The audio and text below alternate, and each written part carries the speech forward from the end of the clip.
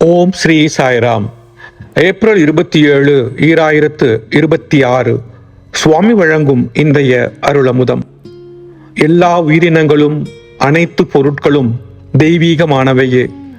ஆனால் அறிவார்ந்த ஆய்வின் மூலம் உங்களுக்கு உதவும் உயிரினங்களையும் பொருட்களையும் நீங்கள் தேர்வு செய்ய வேண்டும்.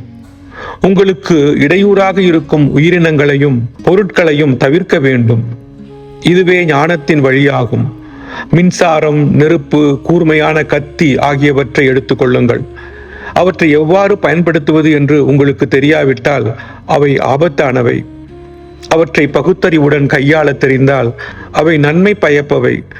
அவை நண்பர்களாகவோ பகைவர்களாகவோ இருக்கலாம். புலன்களும் அப்படிப்பட்டவையே. அவற்றை நம்மை ஆள அனுமதித்தால் அவை நம் கொடிய எதிரிகளாக மாறுகின்றன. நாம் அவற்றின் மீது ஆளுமை செலுத்தினால் அவை நமது குறிக்கோளை அடைய உதவுகின்றன. தனது கவனத்தை வெளியுலகிற்கு ஈர்க்கும் புலன்களின் மீது மனிதன் ஆளுமை பெற வேண்டும்.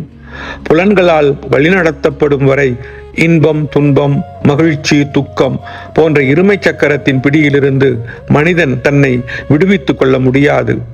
உள்ளுணர்வுக்கு உங்களை இட்டுச் செல்லும் ஆன்ம மார்க்கத்திற்கு தடையாக இருப்பவையே புலன்கள், வெளி உலகிற்கு அல்ல. பறவைகளும் மிருகங்களும் ஆத்ம தாகத்தால் தவிப்பதில்லை. ஆனால் மனிதன் தவிக்கிறான். இறைவனின் கருணையால் பகுத்தறிவு எனும் இந்த பெரும் பரிசு அவனுக்கு அருளப்பட்டுள்ளது. தெய்வீக அருளுரை, நவம்பர் 20, 1970. மனித பண்புகளின் மதிப்பு பகுத்தறியும் திறனை மட்டுமே சார்ந்துள்ளது. மனிதன் எதை வேண்டுமானாலும் பெற்றிருக்கலாம்.